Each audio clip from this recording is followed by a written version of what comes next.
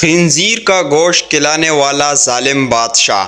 پرانے زمانے میں بنی اسرائیل کا ایک بادشاہ تھا جو کافر ہونے کے ساتھ ساتھ بہت ظالم بھی تھا، جو لوگوں کو خنزیر کا گوشت کھلانے پر مجبور کرتا تھا، اور جو آدمی انکار کرتا تو اسے سخت سزائیں دے کر ہلاک کروا دیتا۔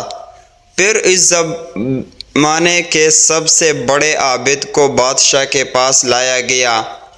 لوگ اس عابد کے مرتبے اور فضیلت سے آگاہ تھے۔ لوگ نہیں چاہتے تھے کہ اس عابد بزرگ کو بادشاہ کی طرف سے کوئی تکلیف پہنچے۔ چنانچہ ایک سپاہی نے عابد سے کہا، آپ مجھے ایک بکری کا بچہ ذبح کر کے دے دیں۔ جب بادشاہ اس عابد کے سامنے خنزیر کا گوشت رکھے تو میں وہی بکری کا گوشت آپ کے سامنے پیش کروں گا۔ بادشاہ یہ سمجھے گا کہ آپ نے اس کی خواہش کے مطابق خنزیر کا گوشت کھا لیا، اور اس طرح آپ بھی ہلاکت سے محفوظ رہیں گے۔ عابد نے بکری کا بچہ ذبح کر کے اس کا گوشت سپاہی کو دے دیا۔ جب عابد کو بادشاہ کے سامنے لایا گیا تو بادشاہ نے حکم دیا کہ خنزیر کا گوشت لایا جائے۔ منصوبے کے مطابق تو اس سپاہی نے بکری کا گوشت عابد کو پیش کیا۔ بادشاہ نے کہا، میرے سامنے خنزیر کا گوشت کھاؤ۔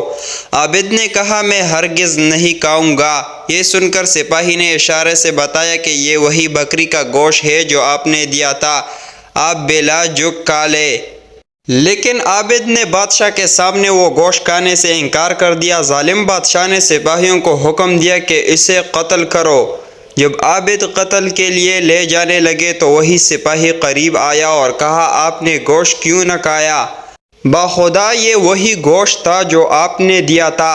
عابد نے کہا، ایسی کوئی بات نہیں، بلکہ میں اس بات سے ڈر گیا تھا کہ لوگ میری وجہ سے فتنہ میں مبتلا ہو جائیں گے، کیونکہ جب بھی کسی کو خنزیر کا گوشت کھانے پر مجبور کیا جائے گا تو لوگ کہیں گے کہ فلاں عابد نے بھی تو مجبور ہو کر حرام گوشت کھا لیا تھا، لہٰذا ہم بھی کھا لیتے ہیں۔